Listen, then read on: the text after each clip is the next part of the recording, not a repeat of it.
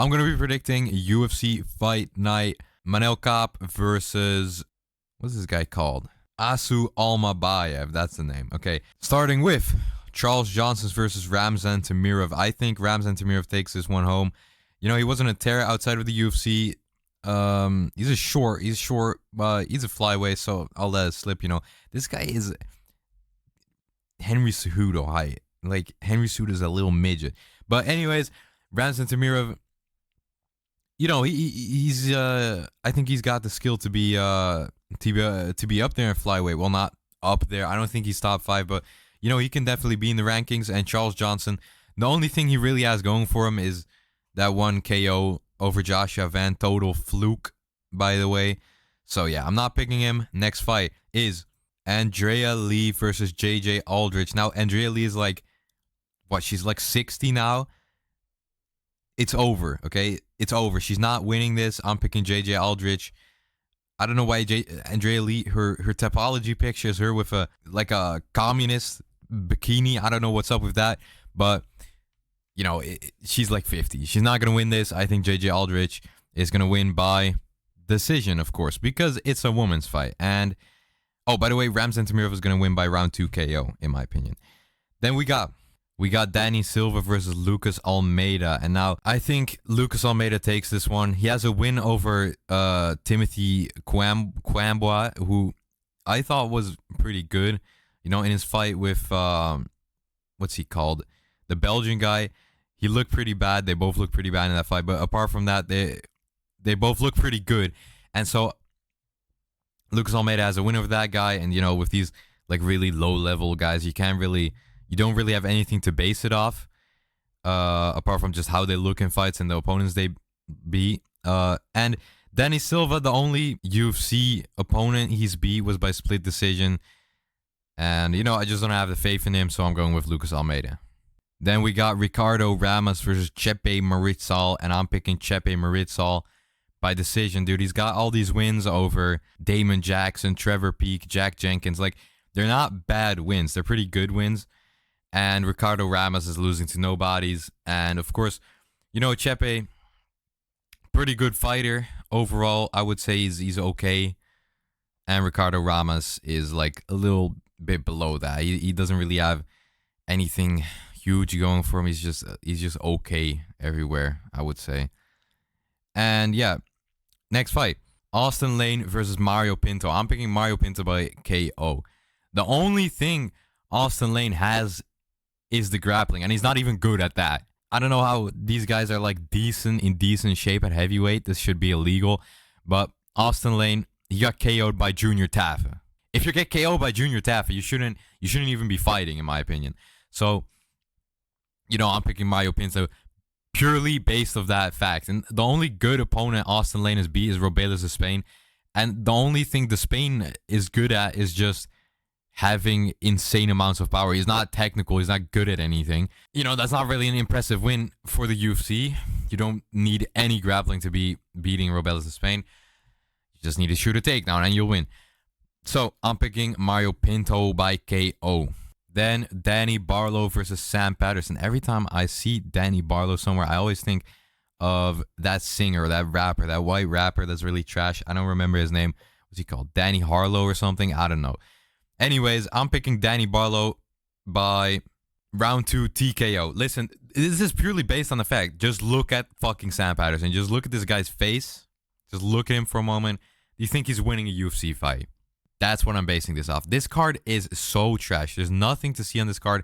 There's one okay fight, and that's the main card. It's the main fight. I don't care about this card. Who cares about this card?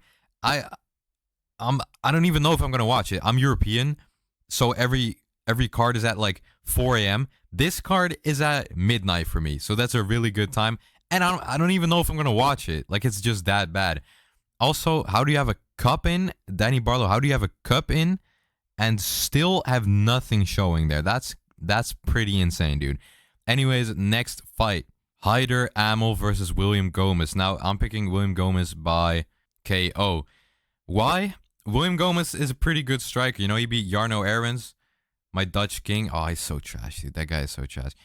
He beat some good opponents. He has good striking. And, You know, his grappling isn't the best, but it's okay. And Hyder Amel, he's not a grappler. He's not a wrestler.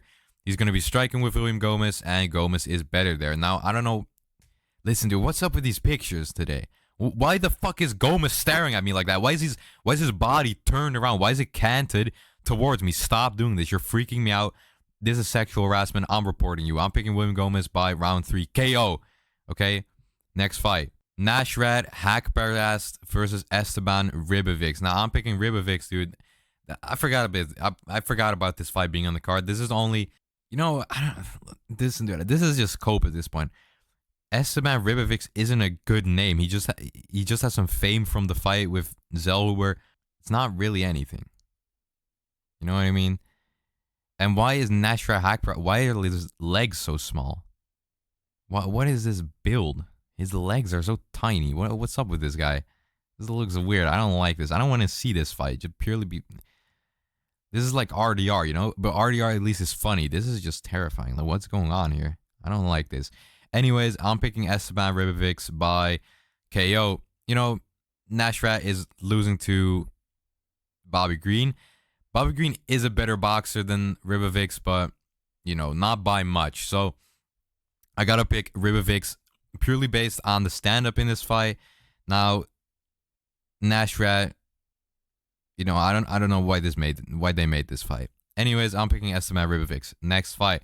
Cody Brundage versus Julian Marquez. These guys, how the fuck do you pick this fight? What is there to pick? Like, what is there to base this off? They're both trash. Like, they're both absolute dog shit. Why is Cody Brundage the co-main?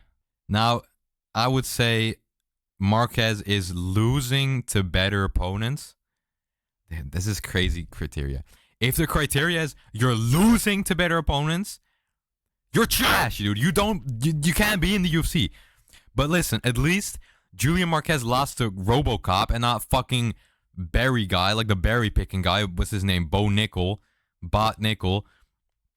So, you know, at least he didn't get overhand dominated on the feet by Bo Nickel by only throwing overhands. So I'm picking Marquez. By what? By decision, because I don't think either of these guys are able to do anything other than lose a decision. Next fight. The main fight. Manel Kape versus Almabaev. Why is everyone picking Manel Kape? Tell me, why is everyone picking Manel Kape? Why? Just why?